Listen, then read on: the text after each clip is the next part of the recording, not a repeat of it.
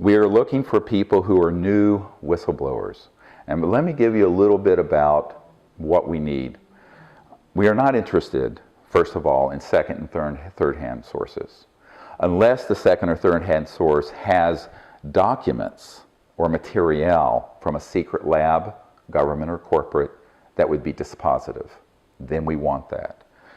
But as far as whistleblowers themselves, witnesses, we want them people who are firsthand. They need to be able to corroborate to the extent possible who they are and where they saw what they saw. We are not interested in anonymous sources. On background, perhaps, but for the purpose of disclosure, an anonymous source is of nominal value. I have 600 anonymous sources I'm working with already. But they won't go on the record. But we need people with the courage to go on the record.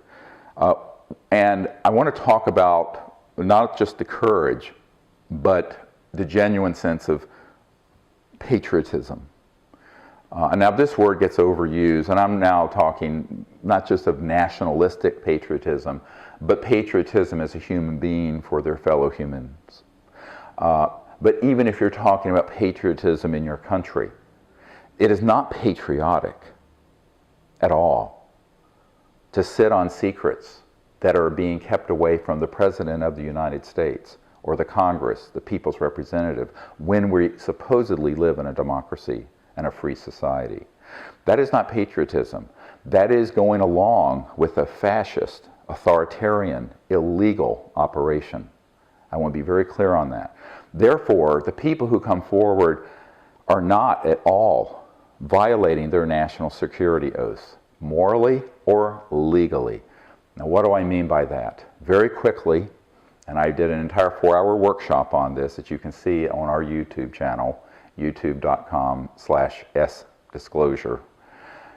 This brings up this question of how did we get the first 100 or so of the military and intelligence witnesses to come forward 15 years ago this year, in fact, May 9th, 2001. Because from 1992 until 1998, I went throughout the US government and other governments and proved that key people in the CIA, the director, for example, of the CIA, the president, key people at the Pentagon, the head of the Defense Intelligence Agency, the head of intelligence for the Joint Staff, the head of the Ministry of Defense in Great Britain, on and on. And this was not through conspiracy theory. This was me meeting with these folks and learning that they had personally been denied access to these projects.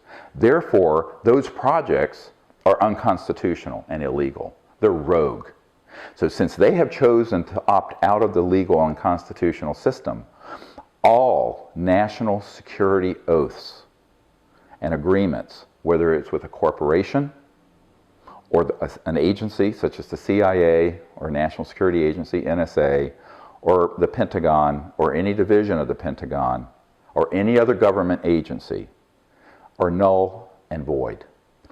This assessment was sent to the heads of every agency in the United States government in late 1997.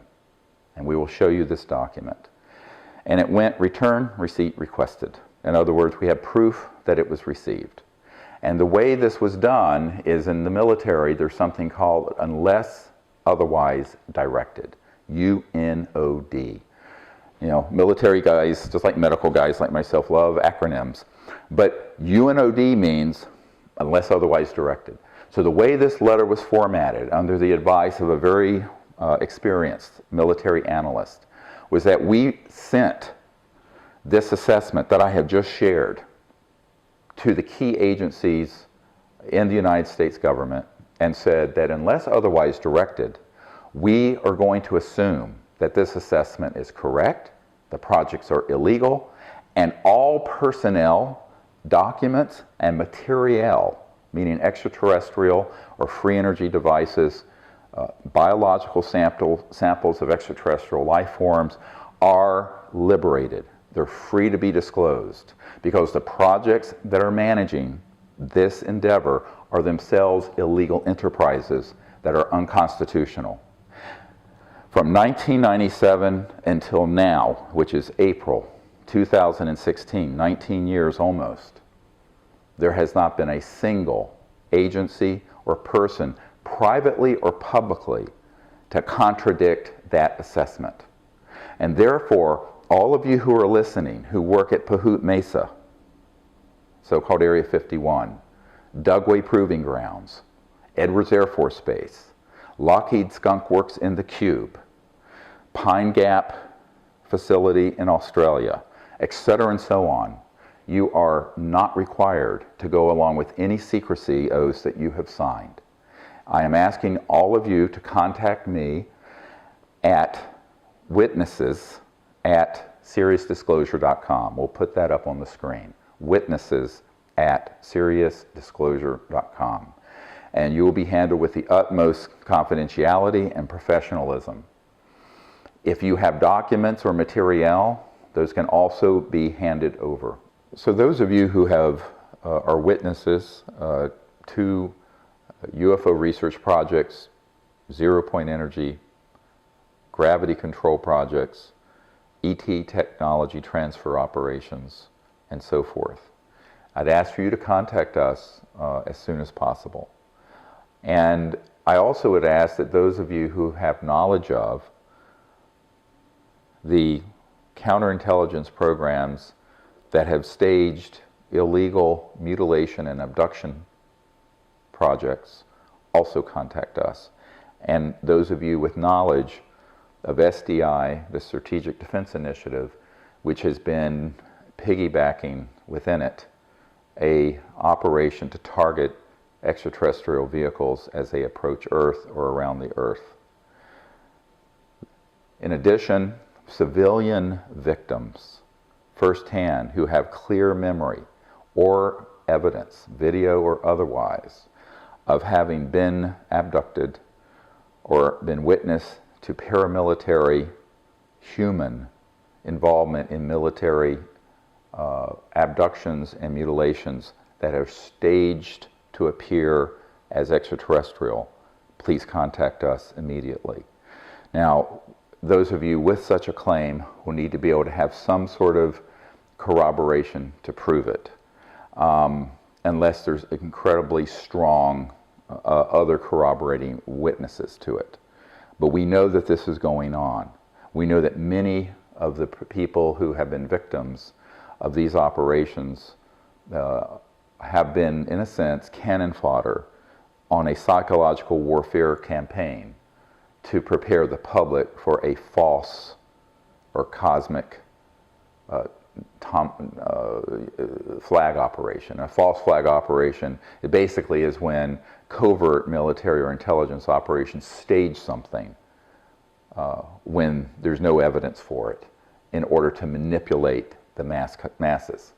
I mean, this is exactly how we got into the Iraq War, with evidence that didn't exist. The Gulf of Tonkin in Vietnam was an exaggeration, if not a complete falsification of an attack on our ships in Vietnam to stampede the Congress into funding that disastrous endeavor.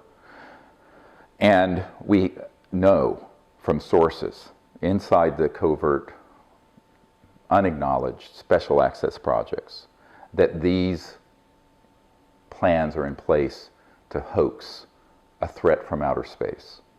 Those of you who know of the plans or who have been involved in the tactical operations dealing with this hoaxing need to contact us, as we wish also to expose those operations so that the public is not deceived again, or can be, or as the WHO said, we won't be fooled again into another disastrous conflict, which this time they were trying to create an interplanetary conflict. So we want people who, with knowledge of that from either in the civilian sector who have been victims of these events, or people who have been operationally involved, of whom I have interviewed about a dozen, but so far they have not been willing to go on camera. We need these folks to go on camera and with evidence, because this is very important.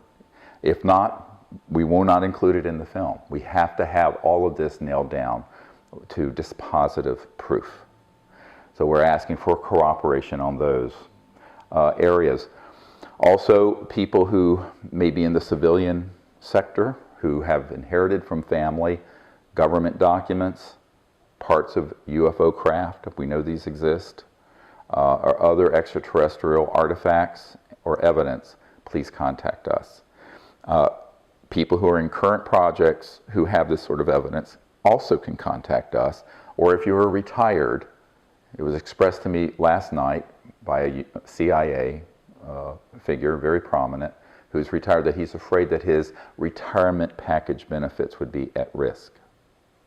It is not at risk, because you are not going to be punished for exposing programs that have been run illegally, and we can prove in a court of law that they are illegal.